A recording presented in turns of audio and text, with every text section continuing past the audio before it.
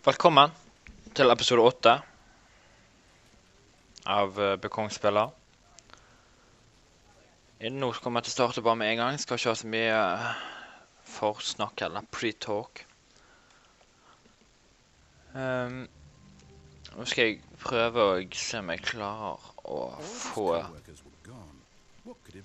noen av de jeg mangler. Av de store avslutningene så er det ikke så mange igjen, nemlig. Så jeg har i hvert fall gjort alt som er med døren til venstre. Så det er noen første døren til høyre jeg trenger. Og så er det noen små avslutninger. Skal vi se her nå.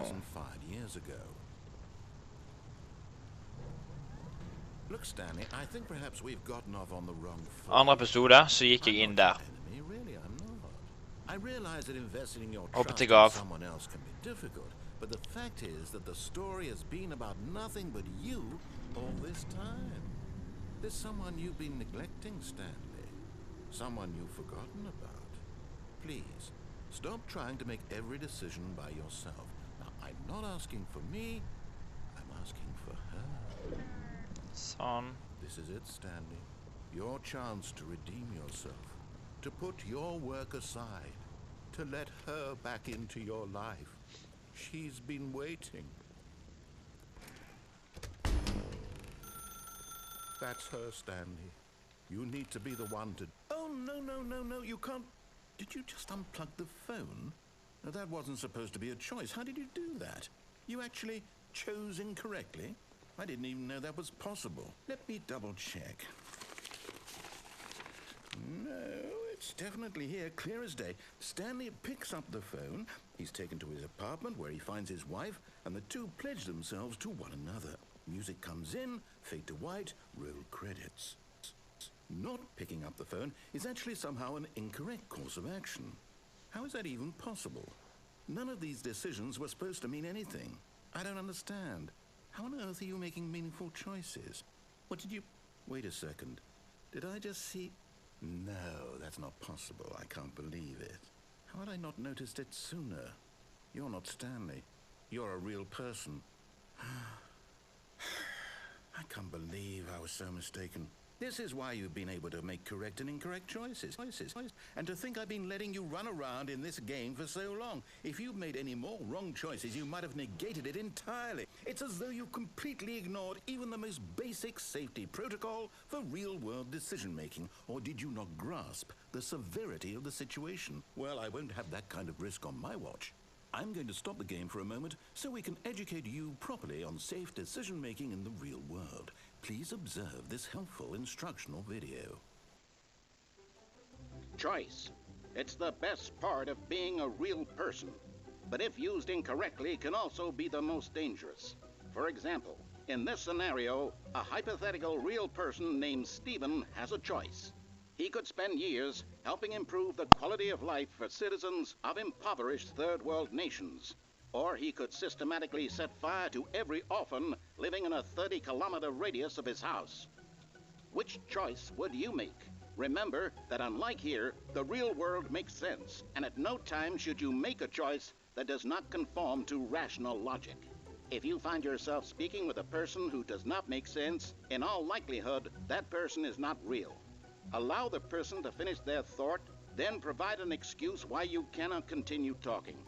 Turn to a partner and practice saying, "My goodness, is it 4:30? I'm supposed to be having a back, sack, and crack." Practice. Excellent. Making choices on a regular basis is the best part to a healthy decision-making process. Most medical professionals recommend making at least 8 choices per day. Do you make more than 8? Less? And finally, if you begin to wonder if your choices are actually meaningful and whether you'll ever make a significant contribution to the world, just remember that in the vast infiniteness of space, your thoughts and problems are materially insignificant. and the feeling should subside. At this time, your instructor will guide you in an exercise to test and reinforce the material covered in this video. Ah, welcome back.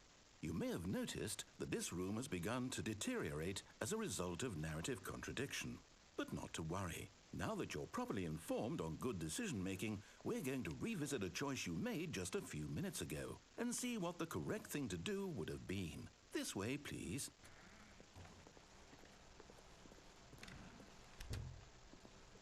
Kan jeg se tilbake igjen nå? For de her nå. Now that we know your choices are meaningful, we can't have you jumping off the platform and dying. Imagine the main character dying senselessly halfway through the story. That story would make no sense at all. We just need to get you home as soon as possible before the narrative contradiction gets any worse. Unfortunately, it seems this place is not well equipped to deal with reality. Gjær overalt nå. Ja.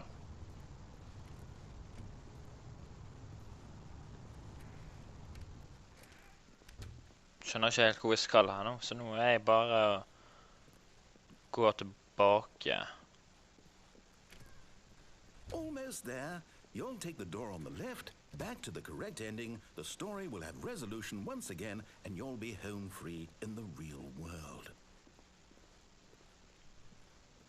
Now remember, all you need to do is behave exactly as Stanley would. That means choosing responsibly and always putting the story first. I'm quite sure you'll be up to the task. Just follow my lead and you'll be fine. All right. When Stanley came to a set of 2 open doors, he entered the door on his left. Nei, jeg er ferdig der. No! Why did you do that? Quickly, hurry back in the other direction. Perhaps we're not too late. Nei, vil ikke.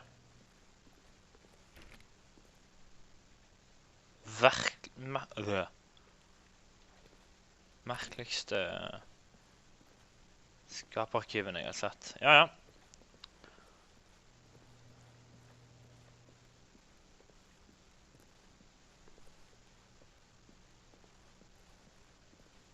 Oh, it's ruined. I can't believe, after everything we talked about, that my story, you've destroyed my work. Why? For what? What did you get out of that? What did you think was so special about seeing the game undone, left here like so much garbage? It's worthless now. And what am I supposed to do? Even if there were a way to continue, would it be worth it? To know that my story is now incorrect? How can I go back to that? I can't erase that knowledge. I'll have to live with it forever. Reliving its impossibility forever. I couldn't live that way. Is it better to shut the game down entirely? To willingly destroy all of my work?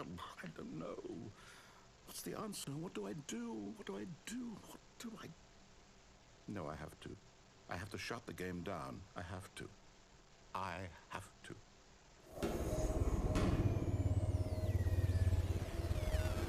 Nei! Jo da. Eller, kanskje. Nei, han klarer jo ikke det, tydeligvis.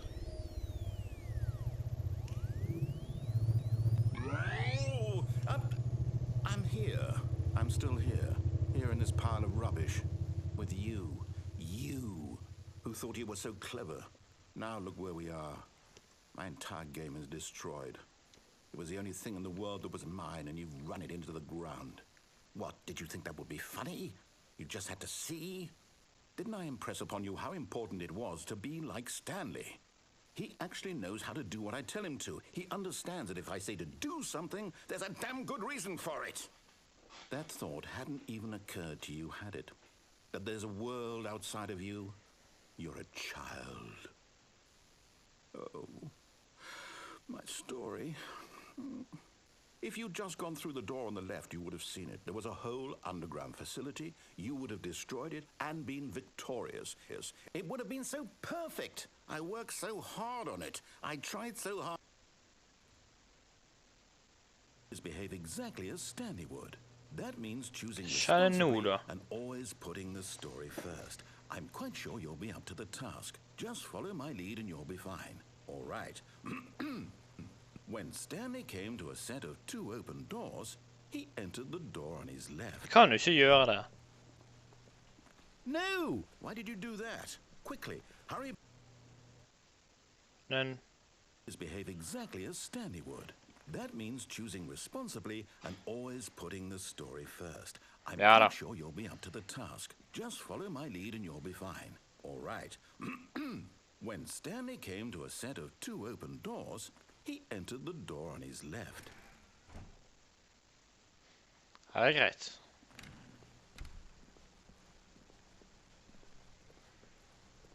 Nei. Yet there was not a single person here either. Feeling a wave of disbelief, Stanley decided to go up to his boss's office, hoping he might find a... Coming to a staircase, Stanley walked upstairs to his boss's office.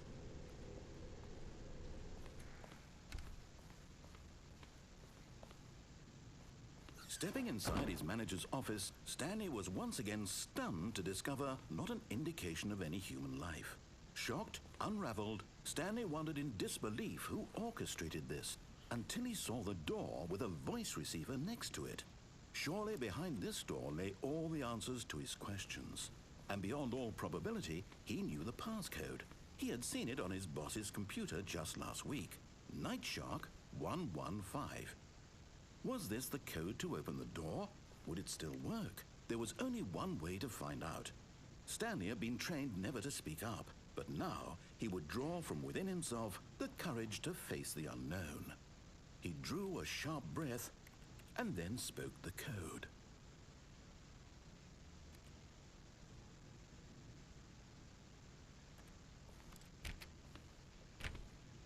Night Shark 115. Stanley spoke the code. Night Shark 115. He spoke it into the receiver, right there on the wall. Night Shark 115. Yeah. I'm sorry, is there a problem? You didn't Er hear me, did you? dårlig, altså. Please speak the code into the receiver. Otherwise we can't get on with the story. This is a crucial step. Night Shark Fine. You're not gonna do it, but you know 115. what? It's pretty humiliating to bring you this far, only for you to suddenly decide you have better things to do. I asked you for this one single thing, for your respect. The kind of respect Stanley shows for his choices. He knows what it means to take a story seriously. If you didn't want to see what I had to show you, then why did you come here? You had a choice, you know. You could have gone through the door on the right. You could have done whatever the hell you wanted over there. Why did you come this way? Speak. Say something to me. Explain yourself, you coward. When Stanley came to a set of 2 open doors, he entered the door on his left. Stanley? Hello? Are you... Is everything okay? Stanley, please. I need you to make a choice. I need you to walk through the door. Are you listening to me? Can you hear me? Is everything all right? Stanley, this is important. The story needs you. It needs you to make a decision. It cannot exist without you. Rulletekst. Stanley, whatever choice you make is just fine. Hva er det nå? That's correct. You cannot Ja, be men wrong here. We can work together. jeg har jo ikke gjort alt. Dette er eneste med rulletekst, kanskje?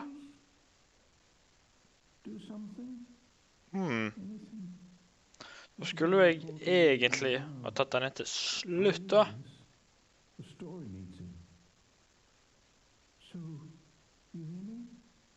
Jeg skulle tatt den til slutt.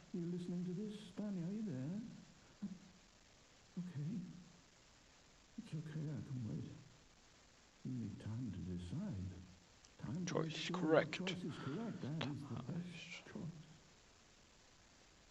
That's all right. I'll wait for you to decide what's the right thing to do. Take as much time as you need.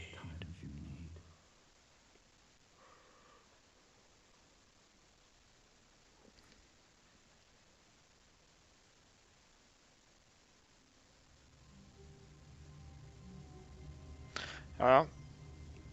Da var det den. Rulletekst og greier. Skal vi se om All of his vi får co-workers were tid gone. What could til it mean? Stanley decided to go to the meeting room. Perhaps he had simply missed a memo. Ja, vi klarer nok å lure inn en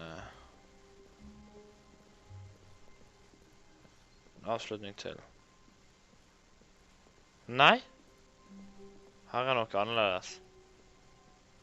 When Stanley came to a set of 2 open doors, he entered the door on his left. This was not the correct way to the meeting room, and Stanley knew it perfectly well.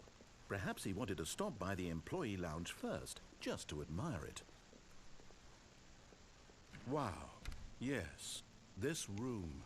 But eager to get back to business, Stanley took the first open door. Nei, det gjør jeg ikke. Jeg går rett frem. Så til venstre her. Stanley was so bad at following the Gjerdet er vekke, it's da. incredible he wasn't fired years ago. Look, Stanley, I think perhaps we've gotten off on the wrong foot here. I'm not your enemy, really, I'm not. I realize that investing your trust in someone else can be difficult, but the fact is that the story has been about nothing but you all this time. There's someone you've been neglecting, Stanley. Someone you've forgotten about. Please, stop trying to make every decision by yourself. Come on. I'm not asking for me, I'm asking for her. This is it, Stanley. Your chance to redeem yourself. To put your work aside. To let her back into your life. She's been waiting. That's her, Stanley.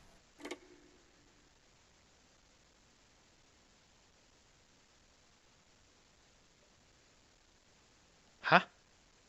Oh, Stanley, is that you? Hold on, sweetie. Sorry to keep you waiting. I'm just pulling the bread out of the oven. All right. Okay, there we go. All right, now, I want you to come in and tell me all about your day. Gotcha. Oh, come on. Did you actually think you had a loving wife who'd want to commit their life to you? I'm trying to make a point here, Stanley. I'm trying to get you to see something. Come inside. Let me show you what's really going on here. Sorry, but you're in my story now. Å ja.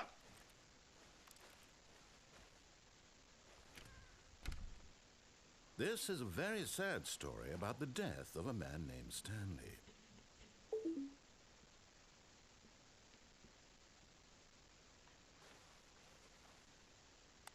Stanley is quite a boring fellow. He has a job that demands nothing of him, and every button that he pushes is a reminder of the inconsequential nature of his existence. Press H. Look at him there, pushing buttons, doing exactly what he's told to do. Now he's pushing a button. Now he's eating lunch. Now he's going home. Now he's coming back to work. One might even feel sorry for him, except that he's chosen this life. Jeg vil ikke. Presser 5 og 7 funker ikke. Ja. But in his mind he can go on fantastic adventures.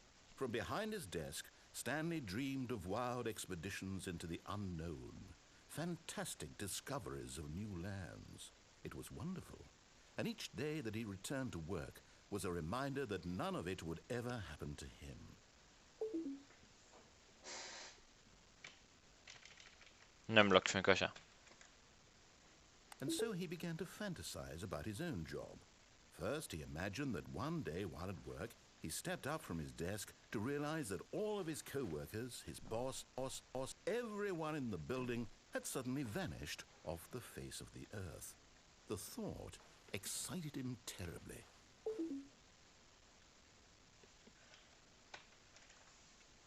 So, he went further. He imagined that he came to 2 open doors and that he could go through either. At last, choice. It barely even mattered what lay behind each door. The mere thought that his decisions would mean something was almost too wonderful to behold.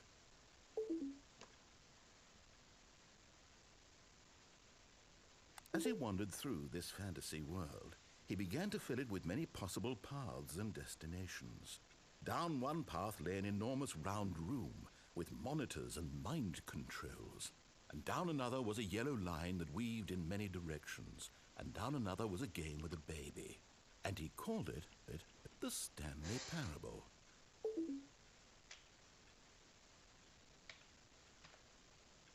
It was such a wonderful fantasy, and so in his head he relived it again, and then again, and again, over and over, wishing beyond hope that it would never end, that he might always feel this free. Surely there's an answer down some new path, mustn't there be? Perhaps if he played just one more time. But there is no answer. How could there possibly be? In reality, all he's doing is pushing the same buttons he always has. Nothing has changed. The longer he spends here, the more invested he gets, the more he forgets which life is the real one. And I'm trying to tell him this, that in this world he can never be anything but an observer, that as long as he remains here, he's slowly killing himself. But he won't listen to me. He won't stop. Here, watch this. Stanley, the next time the screen asks you to push a button, do not do it.